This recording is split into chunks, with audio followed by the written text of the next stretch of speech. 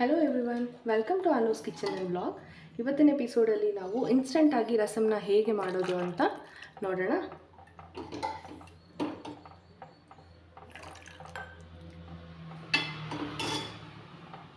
ಇನ್ಸ್ಟಂಟಾಗಿ ರಸಮ್ ಹೇಗೆ ಮಾಡೋದು ಅಂತ ಇವಾಗ ನೋಡೋಣ ಬನ್ನಿ. ಸೊ ನಾನು ಮೊದಲಿಗೆ ಮೀಡಿಯಮ್ ಸೈಜಲ್ಲಿರೋ ಆನಿಯನ್ಸ್ನ ತೊಗೊಂಡಿದ್ದೀನಿ. ಅದು ಸ್ವಲ್ಪ ದಪ್ಪಕ್ಕೆ ಕಟ್ ಮಾಡಿಬಿಟ್ಟು ಮಿಕ್ಸಿ ಜಾರ್ಗೆ ಹಾಕ್ಕೊತಾ ಇದ್ದೀನಿ.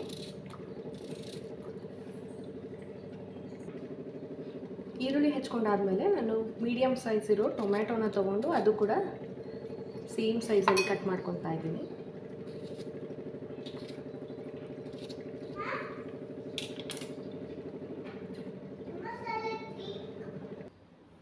ಟೊಮ್ಯಾಟೊ ಆದಮೇಲೆ ಸ್ವಲ್ಪ ಬೆಳ್ಳುಳ್ಳಿನ ಹಾಕ್ತಾಯಿದ್ದೀನಿ. ಅದಾದಮೇಲೆ 2 ಮೆಣಸಿನ್ಕಾಯಿ ಕೂಡ ಹಾಕ್ತಾಯಿದ್ದೀನಿ. ಸ್ವಲ್ಪ ಹುಣಸೆಹಣ್ಣು, ಸ್ವಲ್ಪ ಜೀರಿಗೆ, ಸ್ವಲ್ಪ ಮೆಣಸು, ಇಷ್ಟು ಹಾಕಿ ನಾವು ಫೈನ್ ಪೇಸ್ಟಾಗಿ ಗ್ರೈಂಡ್ ಮಾಡ್ಕೊಳ್ಳೋಣ. ಈ ರೀತಿ ನಾನು ರುಬ್ಕೊಂಡಿದ್ದೀನಿ. ಇವಾಗ ಒಂದು ಬಾಣಲಿ ತೊಗೊಂಡಿದ್ದೀನಿ. ಸೊ ಬಾಣಲಿಗೆ ನಾನು ಸ್ವಲ್ಪ ಆಯಿಲ್ ಹಾಕ್ತಾಯಿದ್ದೀನಿ. ಒಂದು 2 ರಿಂದ 3 ಟೇಬಲ್ ಸ್ಪೂನ್ ಸಾಕು ಆಯಿಲು.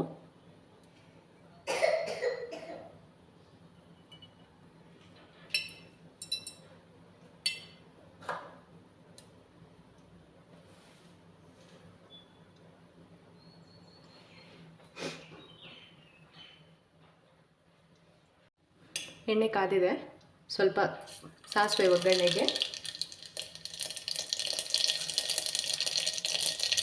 ಸ್ವಲ್ಪ ಜಜ್ಜಿರುವಂಥ ಬೆಳ್ಳುಳ್ಳಿ, ಸ್ವಲ್ಪ ಕರಿಬೇವು,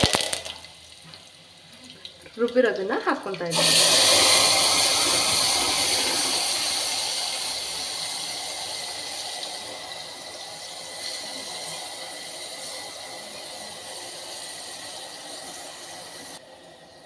ಇದಕ್ಕೆ ನಾನು ಅರ್ಧ ಟೀ ಸ್ಪೂನಷ್ಟು ಅರಿಶಿನ, ಸ್ವಲ್ಪ ಸಾಲ್ಟ್ ಹಾಕ್ತಾಯಿದ್ದೀನಿ.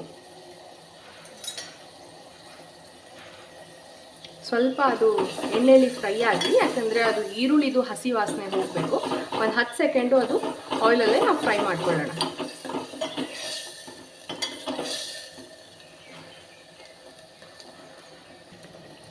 ಹಸಿ ವಾಸನೆ ಎಲ್ಲ ಹೋಗಿದೆ. ಸೊ ನಾನು ಇದಕ್ಕೆ ಇವಾಗ ಸ್ವಲ್ಪ ನೀರನ್ನ ಆ್ಯಡ್ ಮಾಡ್ತಾ ಇದ್ದೀನಿ.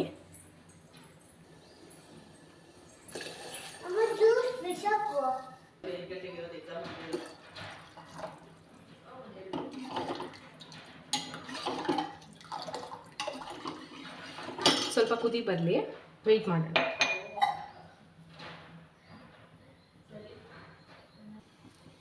ಕುದೀತಾ ಇದೆ. ಇದಕ್ಕೆ ಸ್ವಲ್ಪ ನಾನು ಸಾಂಬಾರು ಪುಡಿನ ಆ್ಯಡ್ ಮಾಡ್ತಾ ಇದ್ದೀನಿ.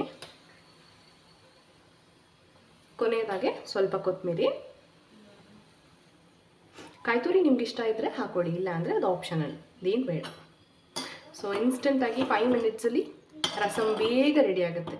ಕೆಮ್ಮು ಶೀತ ಎಲ್ಲ ಇದ್ರೂ ಥಟ್ ಅಂತ ಬೇಗ ಕಮ್ಮಿ ಆಗುತ್ತೆ.